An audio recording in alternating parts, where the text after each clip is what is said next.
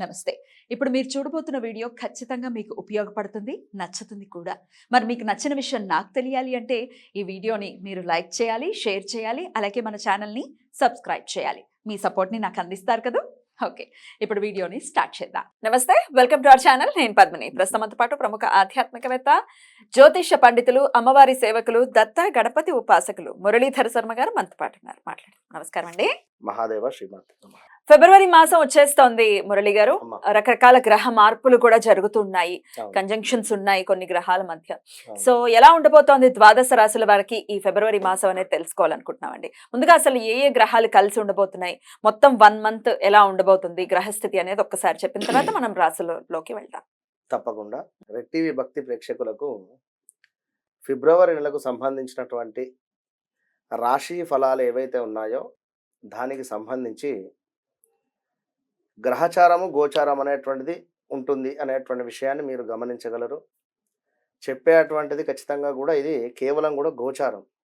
గోచారానికి సంబంధించి మీకు దీని నుండి ఫలితాలు తక్కువగా కనబడినా కూడా మీ గ్రహచారము అంటే మీరు పుట్టినటువంటి సమయంలో ఏర్పడేటువంటి లగ్నం ఏదైతే ఉంటుందో దాన్ని ఆధారంగా చేసుకొని ఏర్పడినటువంటి లగ్నము, ఆ యొక్క 12 చక్రాసు, ఏ గ్రహం ఎక్కడ ఉంది అనేటువంటి దాన్ని బట్టి రిజల్ట్ మీకు ఉంటుంది.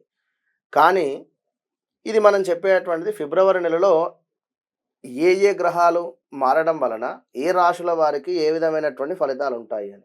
ఇందులో మనం చెప్పేటువంటి విషయం కొందరికి సంఘటనలు జరిగి ఉండవచ్చును, కొందరికి జరిగి ఉండకపోవచ్చు. మీరు ఖచ్చితంగా కూడా కనెక్ట్ కావాలి. ఎవరికైనా కూడా కనెక్ట్ అయితేనే ఫలానా డాక్టర్ వద్దకు వెళితేనే యొక్క జబ్బు అనేటువంటిది నయం అవుతుంది అనేటువంటిది ఎంతవరకు సత్యమో ఖచ్చితంగా కూడా ఫలానా వారు గురువు గారు చెప్పినటువంటి ప్రిడిక్షన్ కరెక్ట్గా అనిపించింది నాకు అనేటువంటిది కూడా మీకు అనిపించాలి. ఎందుకంటే చాలా కామెంట్స్లో కూడా చూడడం జరుగుతూ ఉన్నది. గురువు గారు మీరు చెప్పినటువంటి విధంగానే నాకు ఆ సంఘటన జరిగింది నిజంగానే అని ఒకరంటే, మరొకరు నాకు అసలు ఎలాంటి సంఘటనలు లేవు అని చెప్పి అంటున్నారు. సంతోషమే అక్కడ. ఇప్పుడు కొంతమంది అలా కమెంట్స్ పెట్టిన వాళ్ళ విషయం నాకు అర్థమైంది. అకార్డింగ్ టు మై అండర్స్టాండింగ్స్ నాకేమనిపించిందంటే, వాళ్ళు అక్షరాన్ని బట్టి రాసి చూసుకుంటారు. అవును. అది కూడా కొంత ఇబ్బంది పెడుతుంది. ఎందుకంటే అక్షరాన్ని బట్టి రాసి చూసుకుంటే అక్యురేట్ రిజల్ట్స్ వస్తాయని లేదు. ఒక్కొక్కరు ఒక్కొక్కటిలా చెప్తూ ఉంటారు. 100% మనకు కనిపించాలి, పోనీ 100 కాదు, 50% అయినా మనకి గోచారానికి సంబంధించి మనకు కనిపించాలి అంటే మన రాశి లగ్నం పర్ఫెక్ట్ గా మనకు తెలిసి ఉండాలి. అంతేనా? ఖచ్చితంగా కూడా. కనుక మీరు ఈ యొక్క సబ్జెక్టును అర్థం చేసుకోండి. ఏదో కర్కాటక రాశికి బాగాలేదు అంటే బాగాలేదు అని చెప్పి నాది కర్కాటక రాశి అని చెప్పి అనుకోవద్దు. కనుక మీకంటూ ఒక డేట్ ఆఫ్ బర్త్, పుట్టిన సమయాన్ని బట్టి నిర్ధారణ ఉంటుంది. దాన్ని బట్టే మీరు ముందుకు వెళ్ళాలి. ఇక అవి లేవు అనుకుంటే అది సెకండరీ విషయం. దానికి సంబంధించింది చాలా టాపిక్స్ మాట్లాడడం జరిగింది, మీరు చూసుకోండి. ముందుగా గ్రహస్థితి ఎలా ఉందండి ఫిబ్రవరి మాసంలో? ఫిబ్రవరి మాసానికి సంబంధించి మనకు యొక్క సూర్య భగవానుడు మకరంలోకి రావడము మకర సంక్రాంతిని పురస్కరించుకొని, అది పెద్ద గ్రహమే. ఈ శని భగవానుడు ఎక్కడైతే ఉన్నాడో అక్కడే కుంభంలోనే ఉన్నాడు. తనకు సంబంధించి ఎలాంటి మార్పు లేదు. గురువు గారు కూడా మేషంలోనే ఉండడం జరిగింది. కనుక తనకు సంబంధించింది ఏది లేదు. చూసుకున్న రాహుకేతువులు అక్కడే ఉన్నారు. ఇక్కడ కన్యలో, అదేవిధంగా అక్కడ మీనంలో రాహువు. ఇక శుక్రుడు, కుజుడు, అదేవిధంగా బుధుడు, ఈ 3 గ్రహాలు మాత్రమే మారేటువంటి పరిస్థితి. ఈ 3 గ్రహాలు మారేటువంటి సందర్భంలో ఇక్కడ బుధాదిత్య యోగము ఏర్పడుతుంది. విన్నరా? ఫస్ట్ సూర్యుని వద్దకు బుధుడు వెళ్ళిపోతూ ఉన్నాడు. దానిని బుధాదిత్య యోగము. ఇది కొన్ని రోజులు కొన్ని రాశుల వారికి. అటు పిమ్మట కుజుడు వెళ్ళడం జరుగుతున్నది, అదే సూర్యుని వద్దకు. నెక్స్ట్ శుక్రుడు వెళ్ళడం జరుగుతున్నది.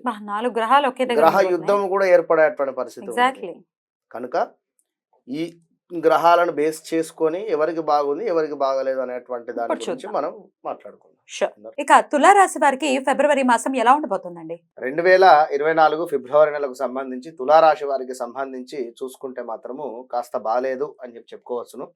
ఖచ్చితంగా కూడా హెల్త్ ఇష్యూస్ తప్పకుండా. పంచమాత ఉన్నటువంటి శని మూలకంగా వీరికి నరదృష్టి,